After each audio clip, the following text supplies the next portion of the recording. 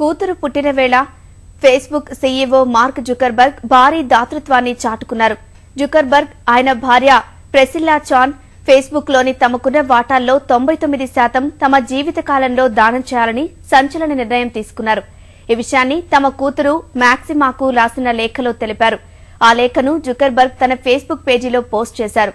ఈ ప్రపంచాన్ని సంతోషంగా ఆరోగ్యకరంగా ఉంచేందుకు ఈ దానం చేస్తున్నట్లు జుకర్బర్గ్ తెలిపారు.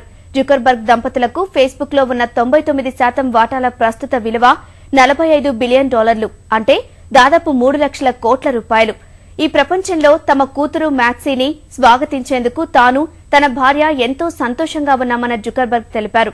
మనుషుల శక్తి సామర్థ్యాలను సమానత్వాన్ని పెంచేందుకు, వ్యాధులకు చికిత్స చేసేందుకు, స్వచ్ఛ ఇంధనాన్ని అభివృద్ది చేసేందుకు, ప్రజలను అనుసంధానం చేసేందుకు, పేదరికాన్ని తగ్గించేందుకు, సమాన హక్కులు కల్పించేందుకు, వివిధ దేశాల మధ్య అవగాహన విస్తరించేందుకు ఈ మొత్తం ఉపయోగపడాలని జుకర్బర్గ్ ఆకాంక్షించాడు.